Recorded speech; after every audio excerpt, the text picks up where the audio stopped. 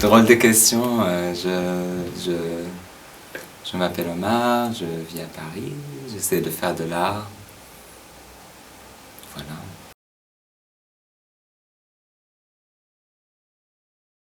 On est à l'atelier des artistes en exil, qui est aussi mon atelier, dans le 18e à Paris.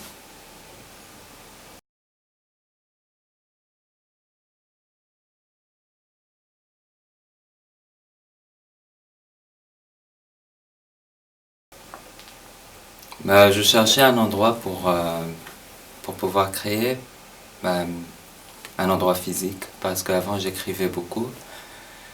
Sur internet en fait, je trouvais qu'il y avait cette initiative qui est quand même juste exceptionnelle ici à Paris, dans le contexte actuel. C'est le premier endroit et le seul endroit où, quand je suis venu, on m'a pas dit ta carte de séjour, quelque chose comme ça. On m'a dit oui, bah qu'est-ce que tu fais? Bon, on va trouver un endroit pour toi, vas-y. Surtout le lieu qui met à disposition, le matériel. Il fonctionne comme une production en fait pour les artistes, où il suffit de dire de ce dont on a besoin et ils mettent ça à disposition. Ils cherchent beaucoup d'opportunités pour nous aussi, j'ai l'impression. Et puis il y a un accompagnement total parce qu'il y a beaucoup d'artistes ici qui sont dans des procédures d'obtention de titre de séjour, de papier, etc. Il y a un accueil aussi juridique, etc. Des cours de français, une aide à l'intégration, toutes sortes d'ateliers, toutes sortes de pratiques. Ouais, tout en fait. Pour moi, quand j'ai commencé à venir ici au début, je pouvais y venir tous les jours et tous les jours il y avait quelque chose. C'est vraiment très vivant.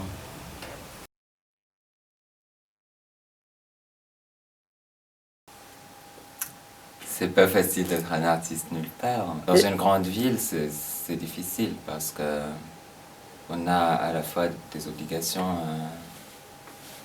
d'ordre pratique et matériel, mais aussi si on veut vraiment se consacrer à son art. Et c'est un grand luxe de pouvoir être seulement artiste à Paris. Pour la plupart des cas, les gens ils ont une autre activité à côté, justement pour pouvoir faire leur art, mais il y a toujours cet équilibre difficile à atteindre.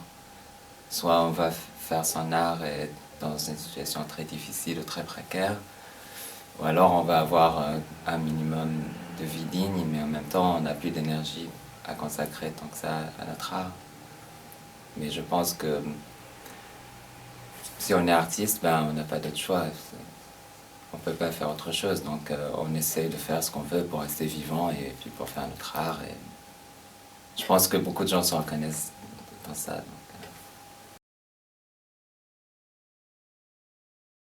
j'ai une démarche assez plastique et j'essaie de faire de l'installation parce que c'est un médium qui est très ouvert et qui permet de mélanger beaucoup de choses et c'est l'une des formes d'art qui sont les plus libres. Avant j'écrivais beaucoup et je lisais beaucoup, du coup j'ai toujours quand même une approche assez littéraire de ce que je fais. J'essaie de pas être très au courant de ce qui se fait parce que je suis très influençable. Et si je regarde beaucoup des choses que j'aime bien, je finis par copier un peu. Alors je me dis que moi si je lis quelque chose et que ça m'inspire et si j'arrive à traduire ça d'une façon visuelle, je pense que j'ai un peu gagné. Avoir un lien entre quelque chose de peut-être littéraire, de recherche et essayer de traduire ça visuellement.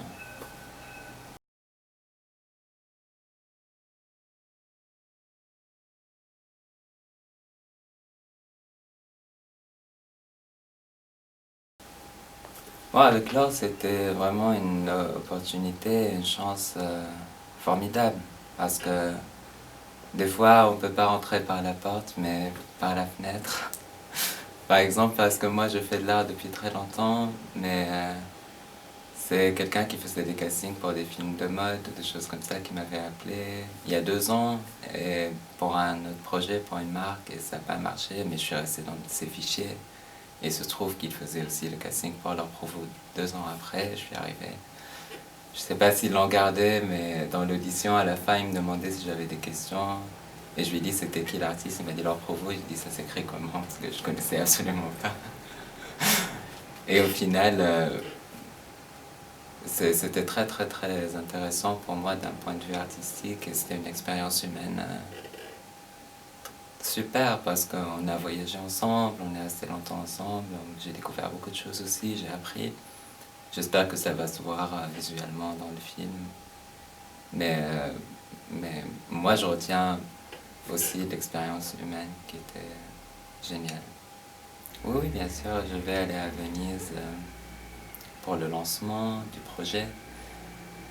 Je vais peut-être rester là-bas plus longtemps en fonction des disponibilités. Je pense que ça se développe une sorte de performance in situ dans le pavillon.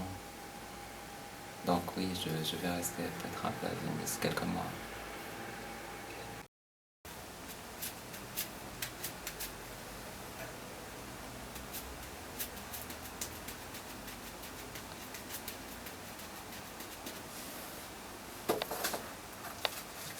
Je fais une performance au Tripostale de Lille en juin.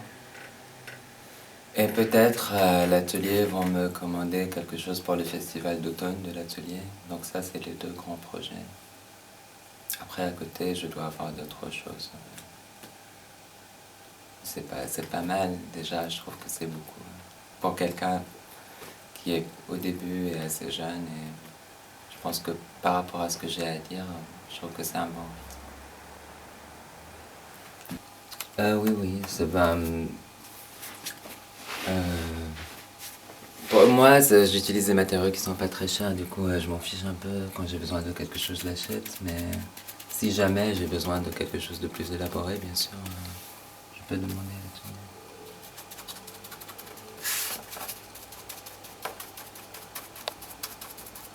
Par exemple, pour la performance Ellie, je pense que j'aurais besoin de filmer un truc.